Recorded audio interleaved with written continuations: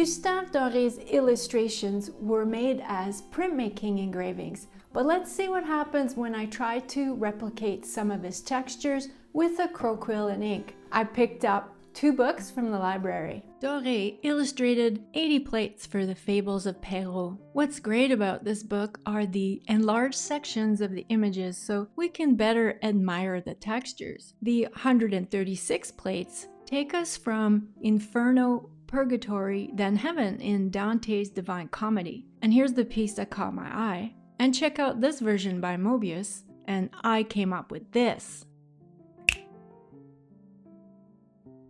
For my pen and ink projects, I follow a 5-step process. In the first stage, I did research on the subject and gathered references. In the second stage, I sketched a loose thumbnail for an idea of the layout, then another thumbnail to tidy up the structure and the arrangement of values in the composition. Next is the part you're likely most interested in, the subject study. I singled out a few of Doré's textures that I want to practice before tackling the final piece. I'm mostly curious to see how the engravings translate to pen and ink, starting with this boulder. The light is shining from the top. Referencing a values chart, I'd say this side is a 2, this is a 3. The shadow side is a 4, and the cast shadows are darker. Doré's marks are following the form.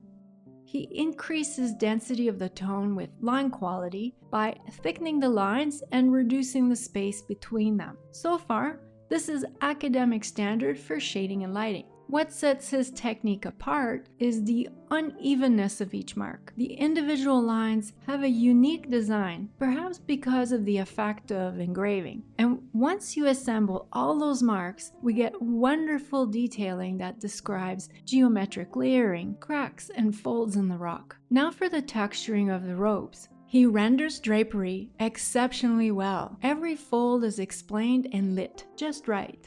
I like how the patterns are controlled and the tones muted. It really has a biblical feel to it. Notice how the lighting contributes to the undulation of the folds. He achieves this by varying the pressure, thin, thick, thin, in one continuous stroke, while simultaneously contouring the form. A good warm-up for this is to apply that technique to simple shapes.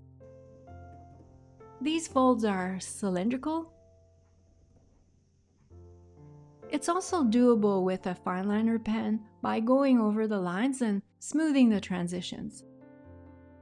Before we get into the next texture, I'd like to give Coppertist.Wu a shout out. They've been sending me beautiful items that I use every day, like these awesome gold-plated earrings. And you've seen my brass snake pen holder. It's not just a novelty, this is practical.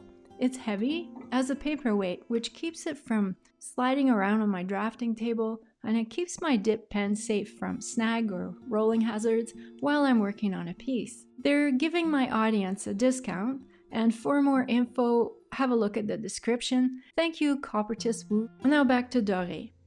My clouds seem exaggerated compared to his. I couldn't quite capture the evenness of the tone in my studies. His lines are almost mechanical, yet organic at the same time. This is how you typically render with lines when following the form using an inking tool.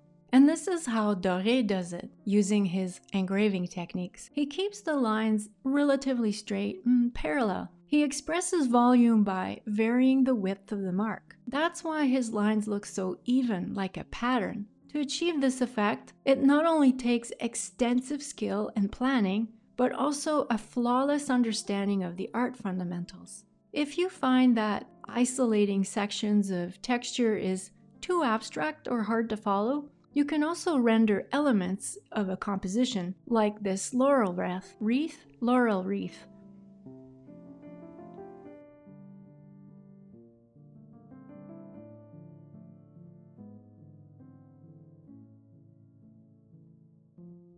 Once satisfied with my studies, I incorporated those learnings into my final artwork, my version of the Circle of Saints.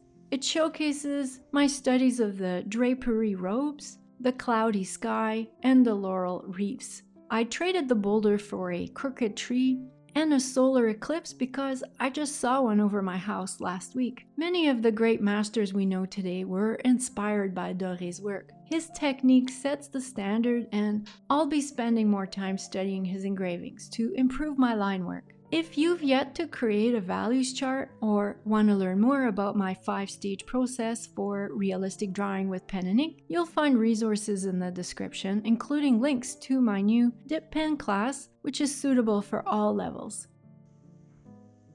If you enjoyed the study, let me know in the comments, subscribe for more, and I'll see you in the next one.